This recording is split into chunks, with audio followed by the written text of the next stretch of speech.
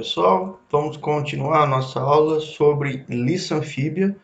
Hoje nós vamos falar sobre diversidade de Gymnophiona e Urodela. Diversidade tanto de taxonômica quanto diversidade de formas. Tá? Você vai encontrar esse conteúdo ali no item 4.6. Eu agrupei de uma forma diferente do livro, né? Então lá no livro a gente tem Urodela, depois Anura, depois Gymnophiona. Eu coloquei de uma forma que a gente vai seguir a filogenia adotada da hipótese batráquia, Gymnophiona, depois Urodela, depois Anura. E como Anura é um conteúdo maior, faz sentido ficar separado numa aula só. Aqui a gente tem a nossa organização ali, filogenética, né? Então a Gymnophiona e Urodela, para vocês se localizarem. E a gente já viu esse gráfico na aula passada. A gente já falou que lissanfíbias incluem 8.000 espécies distribuídas principalmente nos trópicos, como mostra essa coloração mais azul escura aqui na nossa América do Sul, onde se conhece o maior número de espécies.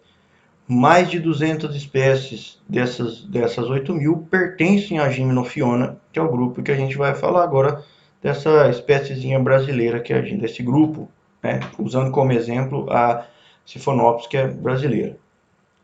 Bom, fazendo uma comparação, né, com aquele gráfico anterior, então percebam que Gymnophiona já tem uma distribuição bem mais restrita.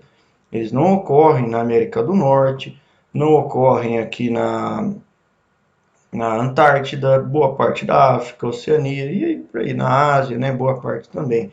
Então, a distribuição basicamente América do Sul e na parte aqui uma parte da América Central, tá? Bom, características aqui. Esses caras têm anéis ou dobras dérmicas. Então já é uma coisa que diferencia essas cobras cegas, que a gente chama popularmente de cobra, mas de cobra não tem nada. Não tem nada não, tem ausência de membros, como a gente vê aí, das cobras verdadeiras que estão lá nos répteis. Então lá eles têm escamas. Aqui, Lissanfíbia não tem escamas. A gente já viu que é uma sinapomorfia do grupo. Tá? Então aqui eles têm anéis dérmicos, tá? Não tem escamas.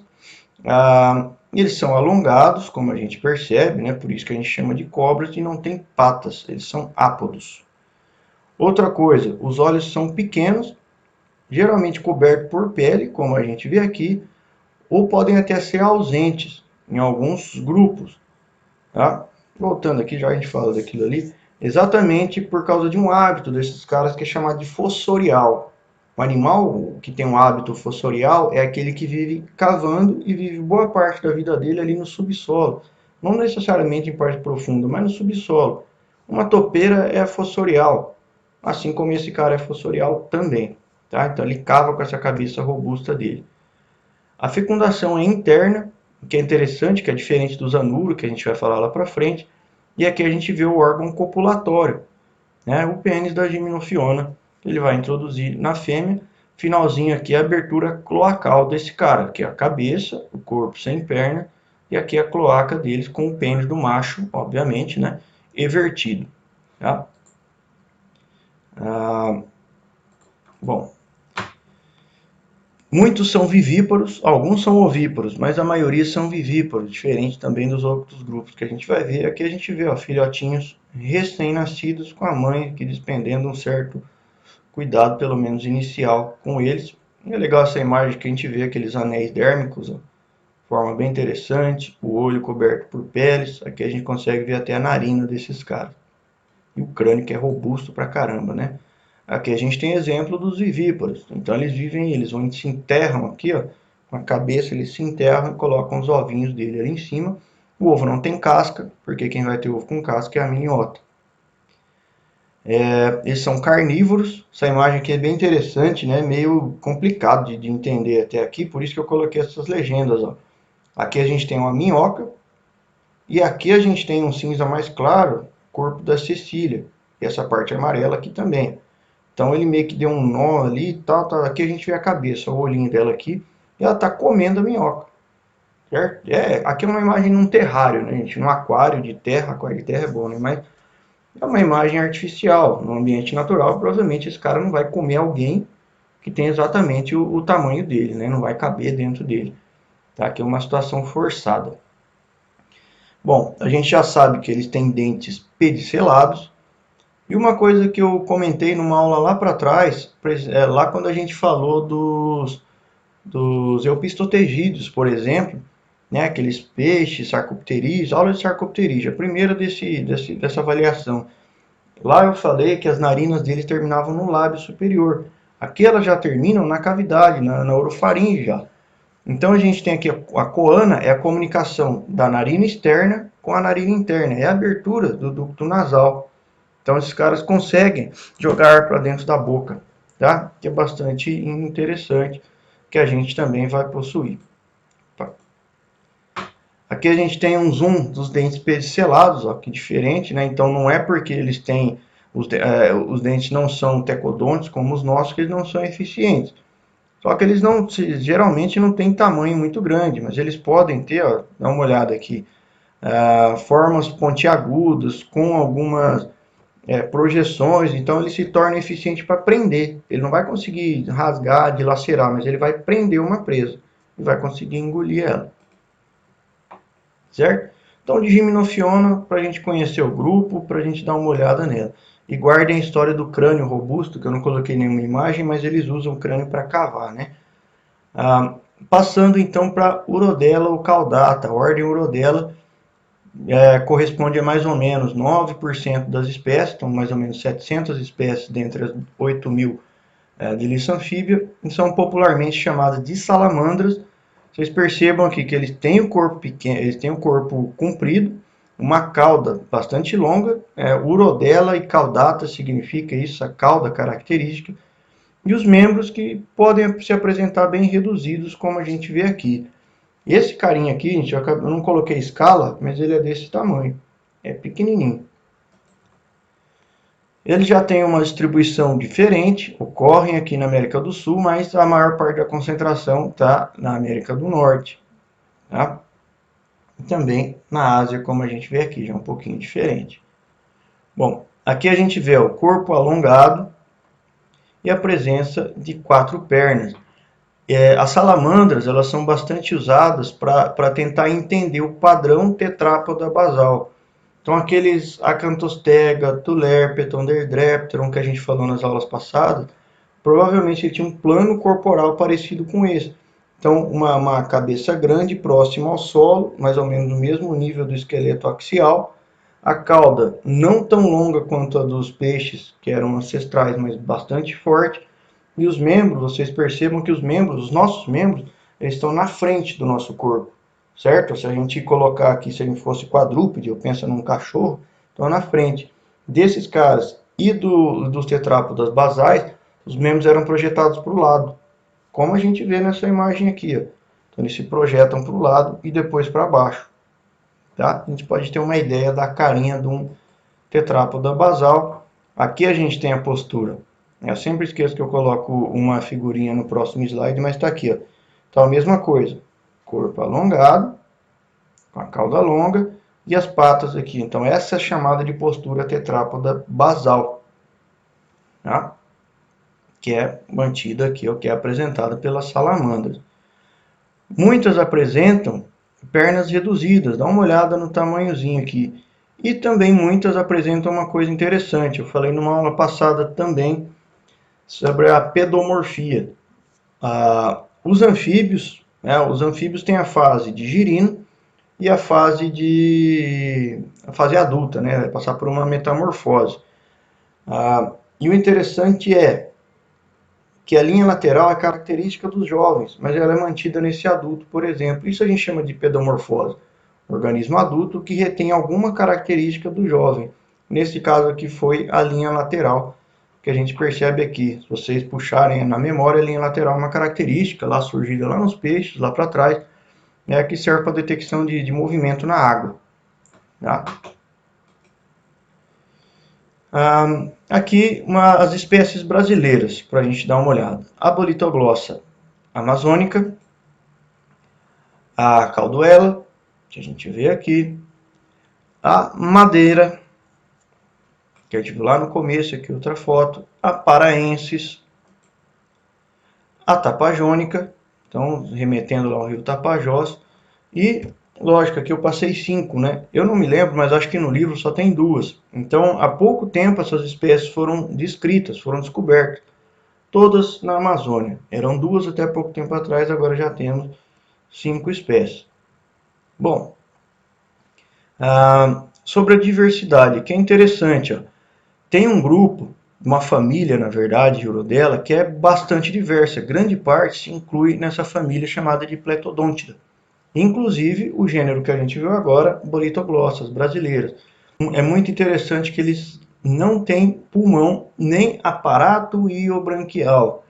Aqui a gente tem, para comparação, um girino de um anura, que é fácil da gente ver o aparato iliobranquial, que é o que sustenta aqui o cesto branquial, certo? Então, é uma coisa que eles perderam.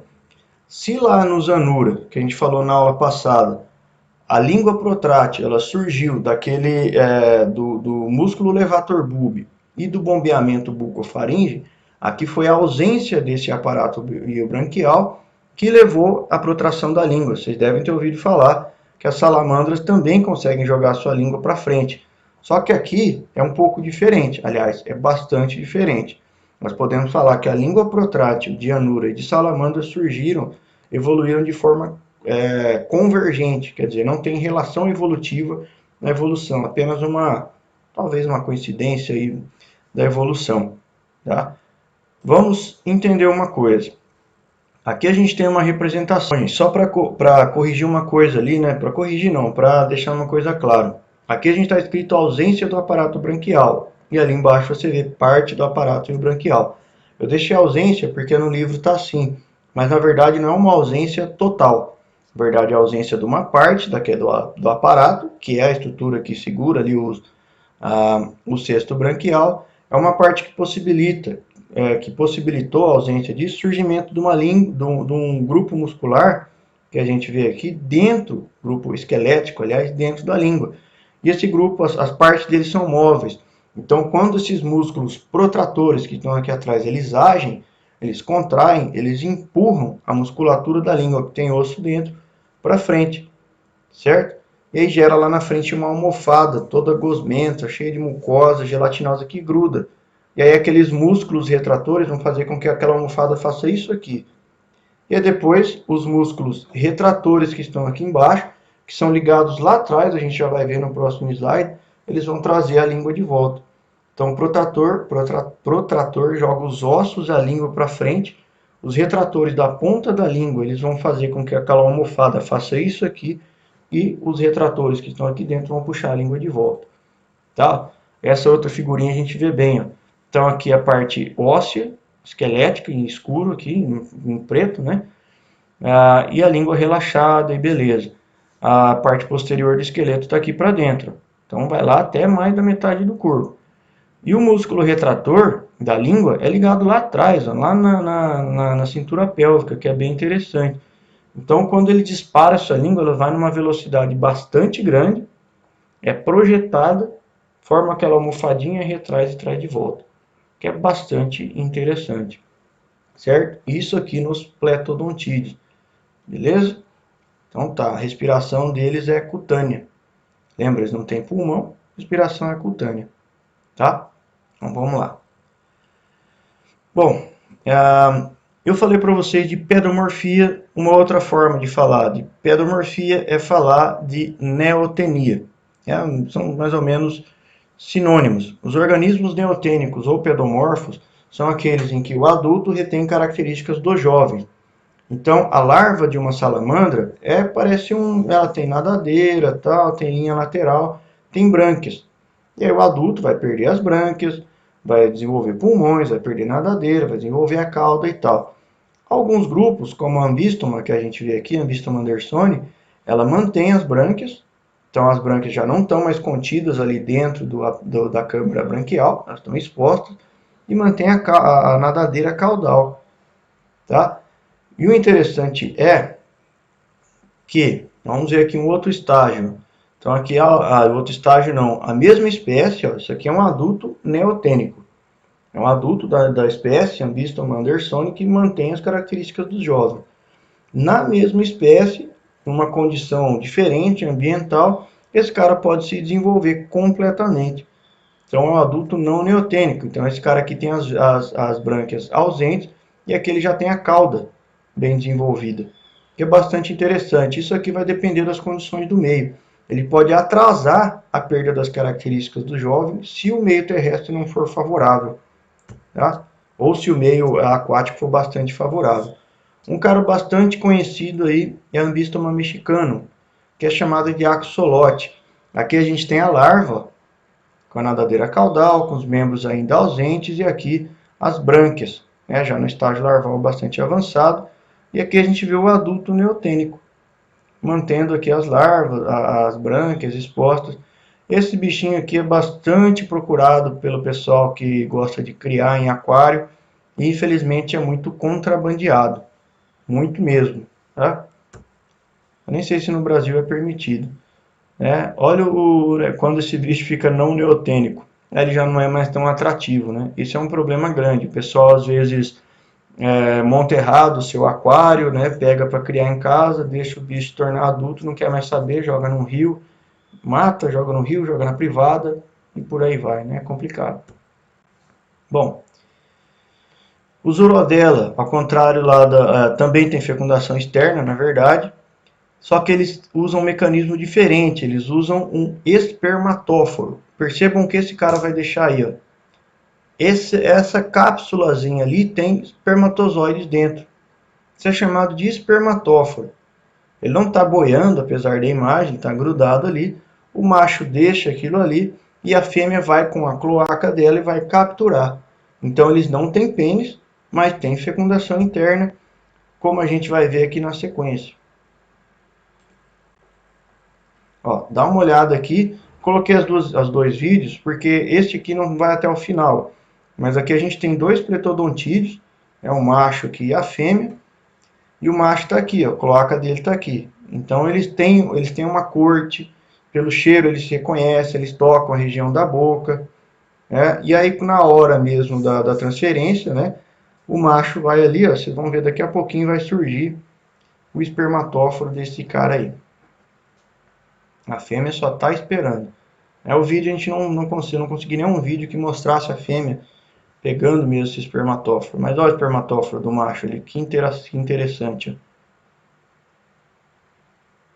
Então tem toda uma corte, uma posição, ele ensaia essa posição antes com a fêmea, depois tem a aceitação dos dois, né, como organismo da mesma espécie, como organismo da mesma espécie em fase reprodutiva. Depois que o macho sair daqui, a fêmea vai lá e vai tentar não, né? Ela vai meio que sentar com a cloaca dela ali para jogar esse saco, esse pacote de espermatozoides dentro dos ovários dela. Tá? A historinha fica mais ou menos nisso aqui. Bom, mas a maioria, alguns são vivíparos, mas a maioria é ovíparo, como a gente vê aqui, ó. Ovos de salamandra, eles são colocados, né? A fêmea coloca junto com uma mucosa.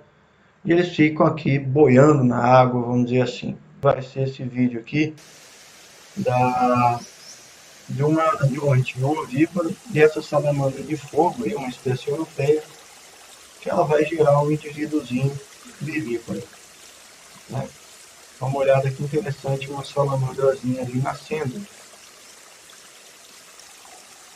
Então o indivíduo já nasce praticamente pronto. Ele vai passar por um susto, vai acordar, mas olha aí que interessante. Então ele já nasce no formato de um mini adultinho. Isso é um vivíparo, né? É bastante interessante. Bom, eu vou deixar para vocês aqui esse vídeo. Eu resolvi não passar nessa aula para não alongar mais. Aqui umas imagens feitas em aquário. Eu recomendo bastante que vocês vejam esse vídeo, porque o autor dele fez uma resolução muito boa e com uma didática muito boa, a passagem dos dias e semanas, desde da eclosão do jovem, se eu não me engano, do ovo, eu acho que é vivíparo, é do ovo a salamandra, né? Do ovo, o desenvolvimento da larva, até ele se metamorfoseando e chegar no adulto. Beleza? Então, até a próxima aula.